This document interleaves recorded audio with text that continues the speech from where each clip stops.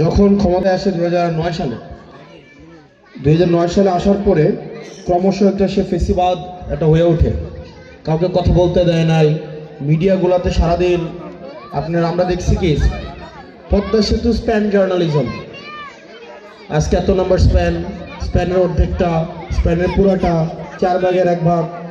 পদ্মা সেতুর span journalism আর development journalism, এগুলোই তো আমরা দেখছি গত আপনার প্রায় 2009 সাল পরবর্তী সময়গুলো দেখছি কি না?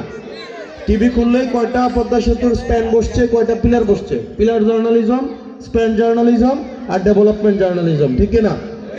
আর আমরা বিটিভিতে দেখছি বাতাবি লেবুর বাম্পার ফলন, ঠিক না?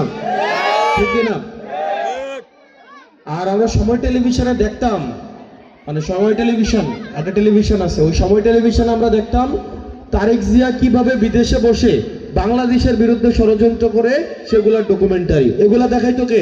সময় টেলিভিশন, ঠিক না? 71-এ আমরা দেখতাম টকশো হইতো, সেখানে জামাত শিবিরকে রাস্তার মধ্যে গুলি করে মাইরা ফেলা কেন জায়েজ সেগুলোর বৈধতা উৎপাদন করা হইতো কিনা?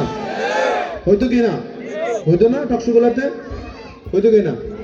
এবং টিভিগুলোর মধ্যে আমরা দেখতাম যে শিবির সন্দেহে মাইরা ফেলছে, জামাত সন্দেহে পিটায় ফেলছে।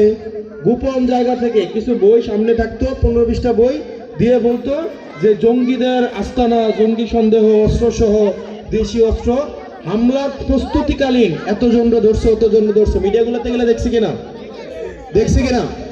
দেখছি না? হ্যাঁ, অনেক জায়গায় গোপন বৈঠক থেকে অ্যারেস্ট হয়েছে, এরকম হয়েছে কিনা? আমরা ভাবছিলাম জুলাইয়ের পরে মিডিয়ার এই চরিত্রটা বদলাবে। আপনি বিশ্বাস করেন মিডিয়া এই বক্তব্য দেখাবে না, মিডিয়া এই বক্তব্য দেখায় না। কারণ মিডিয়া কি দেখাবে জানেন? আমি আপনাকে একটা ডকুমেন্টারি দেখাই, হ্যাঁ, মানে পয়রা শোনাই।